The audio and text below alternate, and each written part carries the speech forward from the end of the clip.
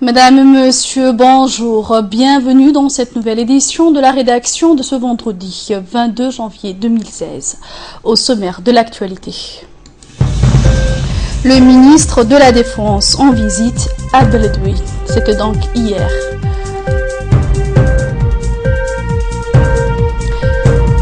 Des nouveaux pays de Balkans filtrent les migrants.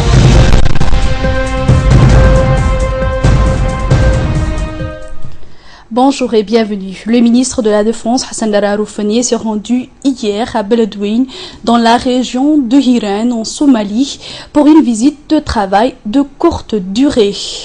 Il était notamment accompagné par les responsables du haut commandement militaire djiboutien, dont le général Soubaglé et ses proches collaborateurs.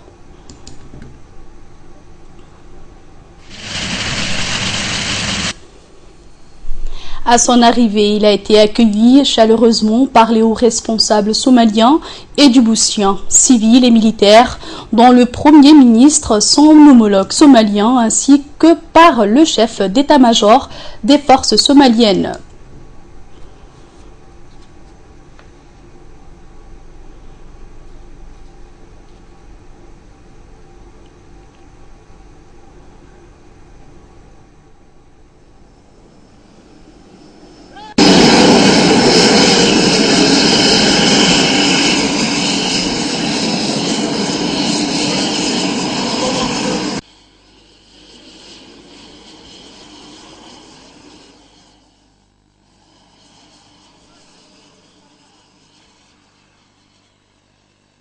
La population de la région de Hiran s'était également déplacée en masse pour réserver un accueil de plus chaleureux au ministre de la Défense et à sa délégation. Le ministre de la Défense Hassan Dararoufani est à Beledweyne suite à une invitation des autorités somaliennes et des forces somaliennes et djiboutiennes déployées dans les cadres de la mission de la MISOM.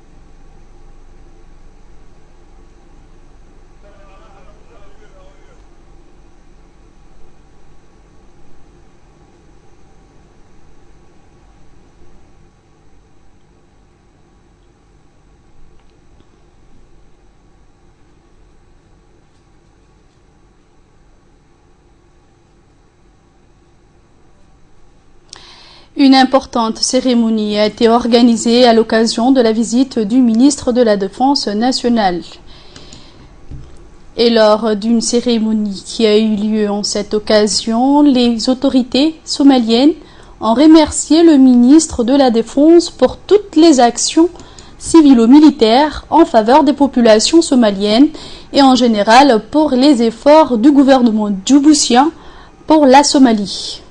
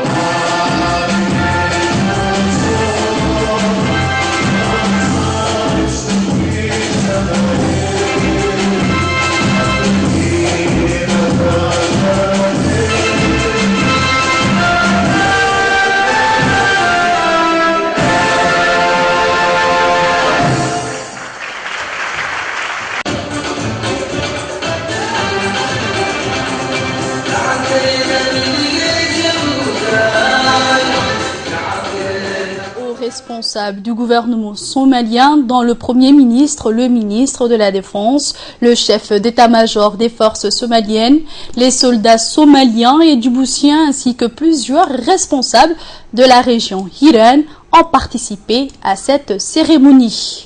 Au menu, des chants patriotiques et des danses folkloriques ont été présentés à l'auguste assemblée par les artistes somaliens et troupes djiboutiennes invitées à cette occasion.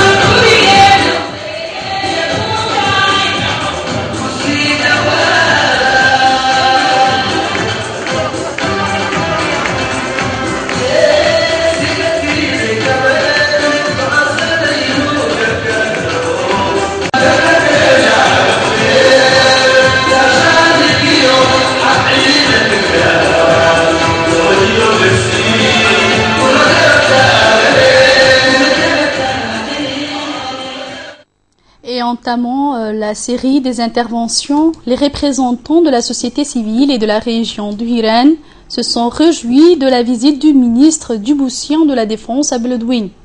Il ont tour à tour remercié le chef de l'État, Ismaël Omar Guelleh, pour son soutien indéfectible et son combat pour que la Somalie retrouve son éclat d'autant. Le Premier ministre somalien a dans un mot prononcé à cette occasion remercié le ministre de la Défense d'avoir répondu à leur invitation et a demandé au ministre de transmettre ses salutations et celles de toute la population somalienne au président de la République de Djibouti, Ismaël Omar Guelleh. Et pour revenir à la capitale, l'Assemblée nationale a accueilli Mohamed Ali Hamad, a reçu hier une délégation allemande conduite par le docteur Peter Razanauer, ancien ministre du Transport, député du Parlement allemand à l'Assemblée nationale.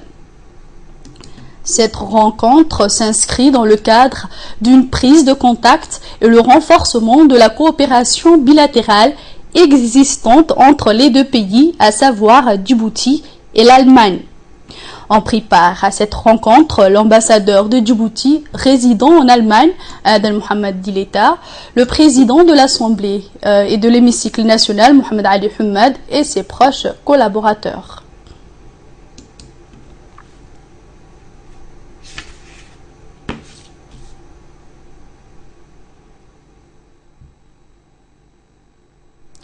La délégation allemande a été par la suite reçue par le ministre de l'Énergie chargé des ressources naturelles, Ali Yaqoub Mahmoud. La délégation allemande était conduite par le président de la Chambre de commerce et de l'industrie arabo-allemande, Peter Razanauer, qui a présenté au ministre les différents hommes d'affaires allemands et de domaines variés. Ont assisté à cette rencontre pour la Chambre de commerce de Djibouti, M. Saïd Del-Waïs, entre autres, et M. Omar Ahmed, conseiller du ministre de l'Énergie. Il a été donc question lors de cette rencontre la coopération entre les deux pays et de leur potentialité, les atouts et la volonté de deux parties d'asseoir des relations commerciales et techniques. Ensuite, le ministre de l'Énergie chargé des ressources naturelles, Ali Yaqoub Mahmoud, lors d'une interview qu'il nous a accordée, expliqué l'essor de la coopération entre les deux pays et a rappelé qu'un premier investissement a permis à notre pays d'avoir sa première centrale solaire à Djibouti. Et nous l'écoutons donc. Le premier gros investissement dans le domaine des énergies renouvelables a été fait par un partenaire privé allemand qui a fait confiance à Djibouti. Et c'est grâce à ces types d'entrepreneurs courageux qui a fait confiance à notre pays que d'autres vont suivre. Ce qui est le cas aujourd'hui. Aujourd'hui, nous avons parlé d'énergie, nous avons parlé du cadre réglementaire institutionnel dans le domaine des énergies. Comme vous le savez, en juillet dernier, le président de la République a promulgué une loi qui libéralise la production de l'énergie. C'est-à-dire qu'aujourd'hui, tout privé, qu'il soit djiboutien ou étranger, s'il remplit les conditions, il peut produire de l'électricité. L'électricité de Djibouti, l'EDD, achète à prix raisonnable, négocié, cette énergie verte produite. Donc aujourd'hui, ces partenaires allemands, dans le cadre de la Chambre de commerce arabe, où Djibouti est membre, sont venus nous voir pour se renseigner sur les lois en vigueur, sur le type d'énergie que nous produisons à Djibouti et surtout sur nos besoins dans les 10 prochaines années. Comme vous le savez, nous avons de gros projets à Djibouti. Dernièrement, il y a quelques jours, le président de la République a lancé la première phase de la future zone industrielle et c'est une zone qui aura besoin de beaucoup d'énergie, de l'énergie verte certes, mais de l'énergie abordable et abondante qui va permettre le développement industriel. Donc, ces partenaires allemands sont très intéressés pour investir dans le domaine de l'énergie et c'est pourquoi aujourd'hui, ils ont bien voulu nous rendre visite et se renseigner sur les conditions pour produire de l'électricité. Et ensuite, le président de la Chambre de commerce, Youssouf Moussa Daoualé, a également reçu hier la délégation allemande. Le président de la Chambre de commerce, qui a pris part aux discussions avec le chef de l'État, avait informé la presse nationale que son homologue allemand effectuait un séjour de travail dans notre pays à l'initiative d'une invitation de l'institution qu'il dirige. Au cours de ce même contact avec la presse, le président de la Chambre de commerce internationale de Djibouti avait également fait état de l'invention de son homologue allemand d'être à l'origine d'un afflux rapide d'investisseurs de son pays à Djibouti, notamment dans le domaine de la logistique. Outre son statut de président de la Chambre de commerce allemande, Dr Hasenauer est également le président de la commission finances du Parlement allemand. Il fut aussi dans le passé ministre des Transports dans le gouvernement Merkel. L'ambassadeur de la République de Djibouti en Allemagne, M. Aden Mohamed Dileta, a pris part à la rencontre entre le président de la Chambre de commerce de Djibouti et son homologue allemand. Le président de la Chambre de commerce de Djibouti, Youssouf Moussa Daoualé, s'est réjoui de sa rencontre avec son homologue allemand et que le président Guélé et le président de la Chambre de commerce allemand aient rapidement identifié ensemble un nombre important de secteurs de collaboration et de partenariat possibles entre les communautés d'affaires des deux pays. Nous l'écoutons. Je souhaite les hôtes qui sont ici avec nous aujourd'hui et qui sont parmi nous pour découvrir les opportunités et les avantages que Djibouti offre. Je remercie particulièrement l'ambassadeur, son Excellence Aden Dileta, qui a organisé avec Madame la chargée de mission et la Chambre de commerce aussi des affaires étrangères pour que cette mission soit une mission réussie et surtout que ça donne une impression de la relation qu'il doit y avoir entre la communauté d'affaires allemande et djiboutienne. Et pour finir, la délégation conduite par le président de la Chambre de commerce allemande a pu visiter hier, après ses rencontres avec les autorités djiboutiennes, les infrastructures portuaires. Plusieurs hauts responsables djiboutiens, dont le président de la Chambre de commerce de Djibouti, Youssouf Moussa Daoualé, et l'ambassadeur de Djibouti en Allemagne, Aden Mohamed Dileta, accompagnaient cette délégation. Sur place au port de Djibouti, la délégation allemande a été accueillie par le président des autorités de port et des zones franches, Aboubakar Omar Hadi, et ses proches collaborateurs. La délégation a pu visiter les nouvelles infrastructures portuaires dont s'est dotée la République de Djibouti pour améliorer son rendement et son efficacité au niveau régional. Place maintenant au sport où Javier Sotomayor a visité hier dans la matinée les infrastructures sportives, à savoir le complexe sportif de Balbala et le stade de Gouled.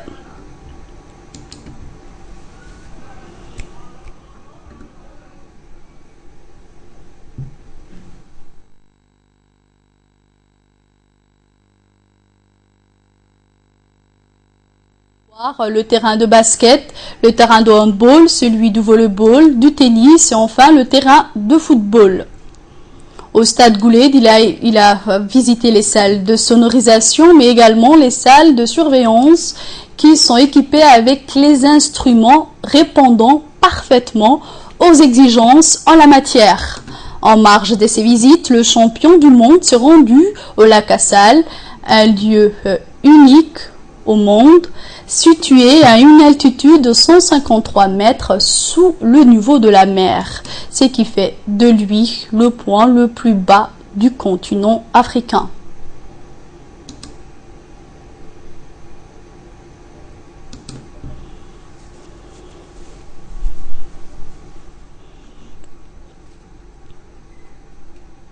Je suis très heureux d'être ici dans un lieu magnifique, dans un des richesses mondiales qui existe seulement ici. Je suis dans un niveau de 153 mètres bas de la mer et c'est à Djibouti que ce lieu existe tellement et qui est trop salé. Et vraiment, je remercie le ministère et les gens qui m'ont donné l'opportunité de rester ici et de venir ici. Et puis de continuer de partir à l'école de sport-études, là où on forme les athlètes de haut niveau et qui m'ont préparé de bien m'accueillir. Merci. Et dans le cadre des activités du champion Santomoyer prévues dans son programme durant son séjour à Djibouti, un déjeuner offert par le secrétaire d'État à la jeunesse et au sport, Badoul Hassan Badoul, à l'hôtel Les Acacias, a clôturé le programme du grand champion cubain.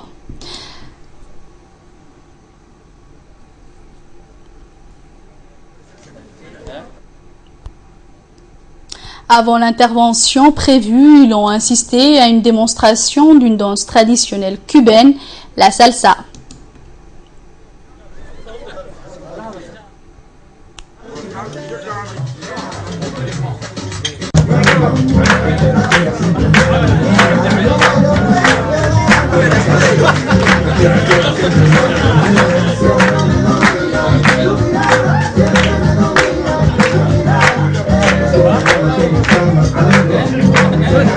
C'est le pain et aussi les chaussures.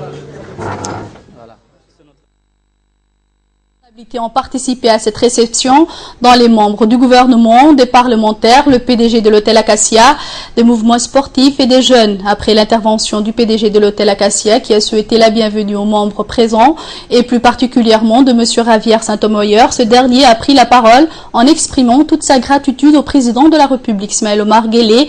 Par la suite, son intervention, il a remercié également le Premier ministre ainsi que le président de l'Assemblée nationale pour leur accueil chaleureux. Il a terminé son intervention en rappelant sa profonde reconnaissance, le secrétaire d'État à la jeunesse et au sport, Badoul Hassan Badoul, de cette visite historique en parfaite collaboration avec son ambassadeur à Cuba.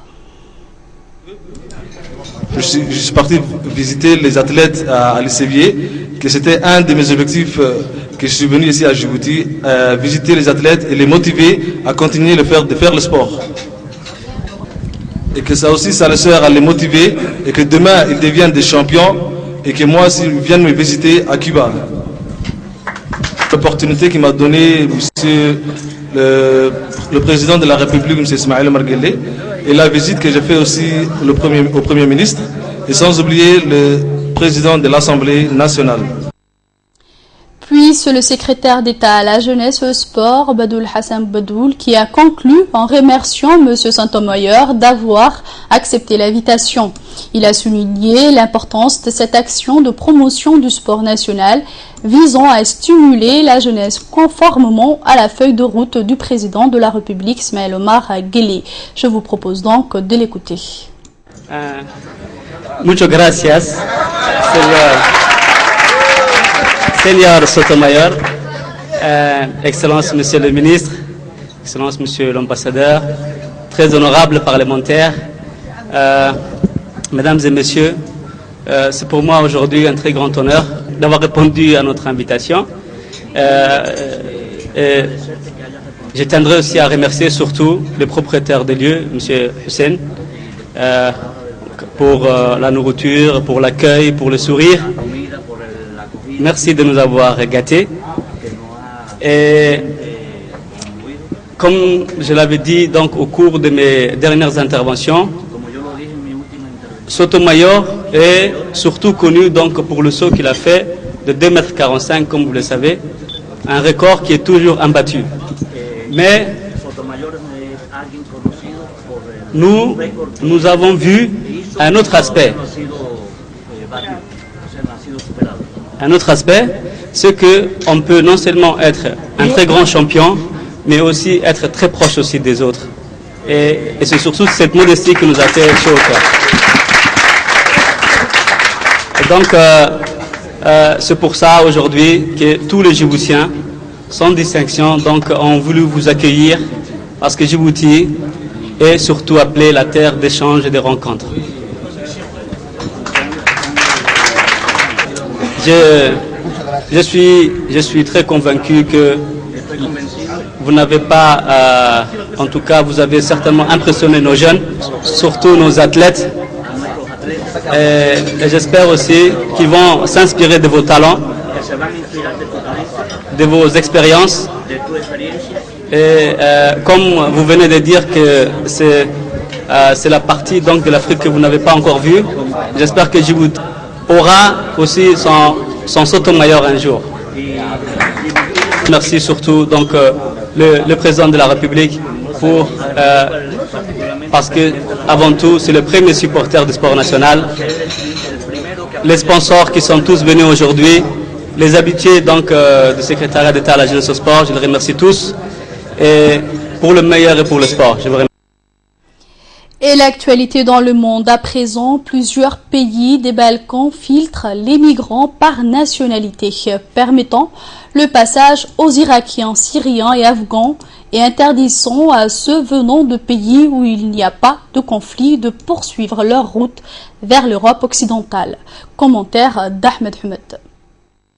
Restreindre l'entrée des migrants sur leur territoire seulement à ceux qui demanderont l'asile en Autriche et en Allemagne.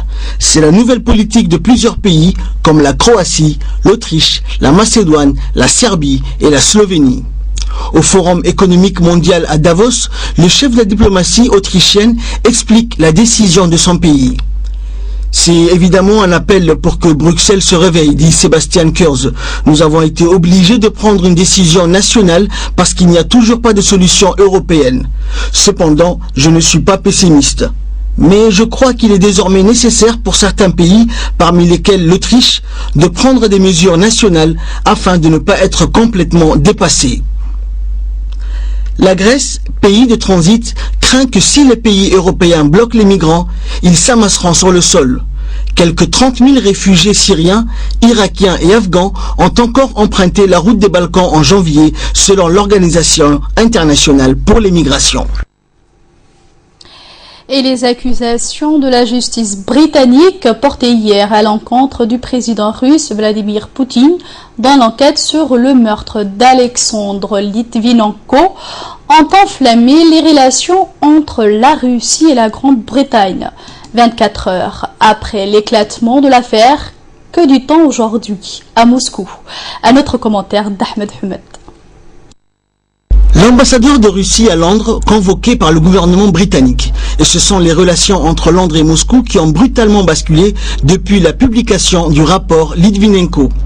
À Moscou, on parle d'une blague, on raille l'humour britannique. Et à Londres, l'ambassadeur russe explique qu'il est absolument inacceptable que ce rapport puisse conclure que l'État russe soit de quelque manière que ce soit impliqué dans la mort de M. Litvinenko.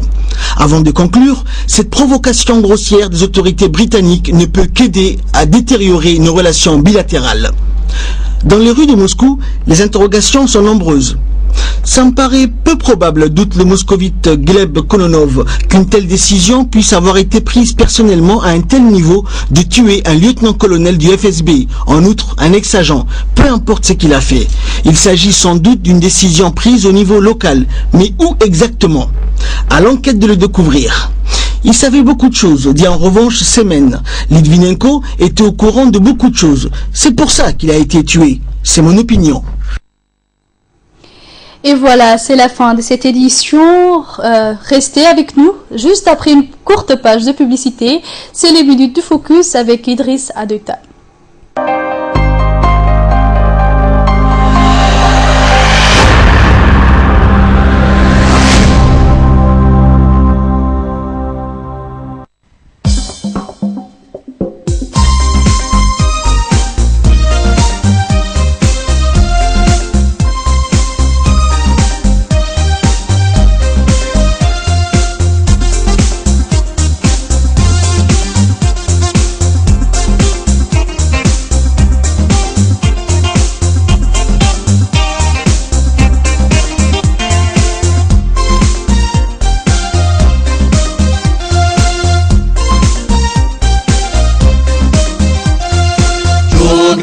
Jirana, Jirana, Jogna, Jogna, Jirana, Jirana, Jogna. Jama'at Djibouti.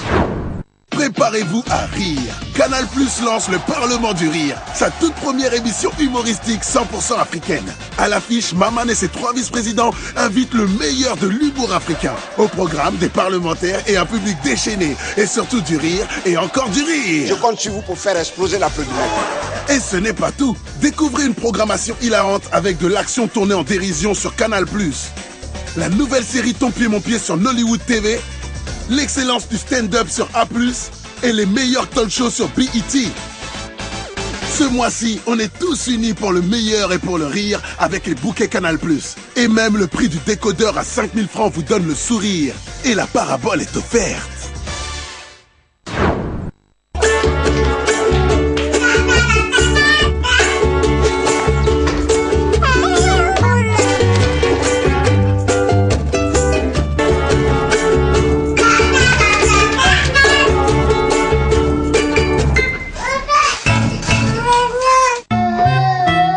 Pour une croissance saine de vos enfants, choisissez le lait Modilac, enrichi aux vitamines et en fer.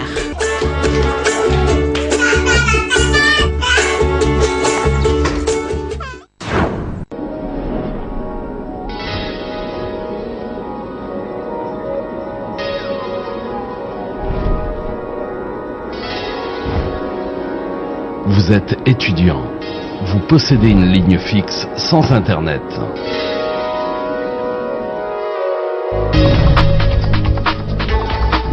Djibouti Télécom a la solution pour vous.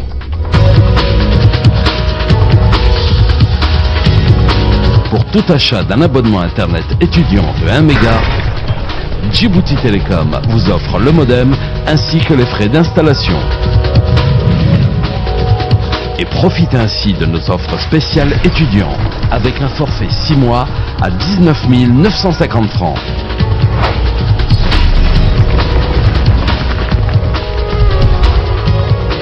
Le forfait pour une année complète à 35 700 francs. Offre d'installation gratuite valable jusqu'au 31 janvier. Djibouti Télécom, chaque jour plus proche de vous. Bien avant que tu ne naisses, j'en savais déjà beaucoup sur toi. Tout ce que je fais pour toi, c'est par amour. Et je veux te donner ce qu'il y a de meilleur. Aujourd'hui, si tu pleures pour ton premier jour d'école, je risque de pleurer encore plus. Nouveau Nido Fortigro, une combinaison unique de vitamines, minéraux et protéines de qualité qui aide vos enfants à grandir et réussir. Ayez confiance en vous. Nido, votre amour, leur futur.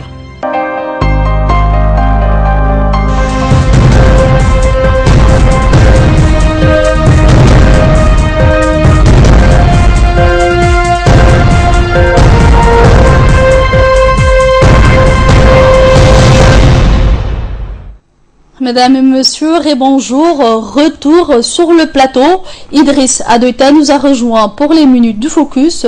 Bonjour Idriss. Bonjour. Donc tu nous as préparé des sujets. Ton premier sujet va porter sur la prise d'otages meurtrière dans un centre commercial à Bagdad. Eh oui, effectivement, Choukri. Au moins 12 personnes ont été tuées au cours d'une prise d'otage en Irak lundi dernier dans le centre commercial Zahrat, situé dans un quartier fréquenté de Bagdad. D'après un responsable de la police, l'attaque s'est terminée dans la soirée. Les forces de sécurité ont désormais totalement le contrôle. Les assaillants ont été tués et les otages libérés. Selon un responsable du ministère de l'Intérieur, des hommes armés ont fait exploser une voiture piégée avant d'ouvrir les faits dans la rue et de s'engouffrer dans le centre commercial, un bâtiment de 4 ou 5 étages situé dans un quartier commerçant à majorité chiite. Au moins un des assaillants portait une ceinture d'explosifs et s'est fait exploser à l'intérieur du centre commercial, a déclaré ses responsables. Selon l'agence Associated Press, une cinquantaine de personnes ont été tuées ou prises en otage.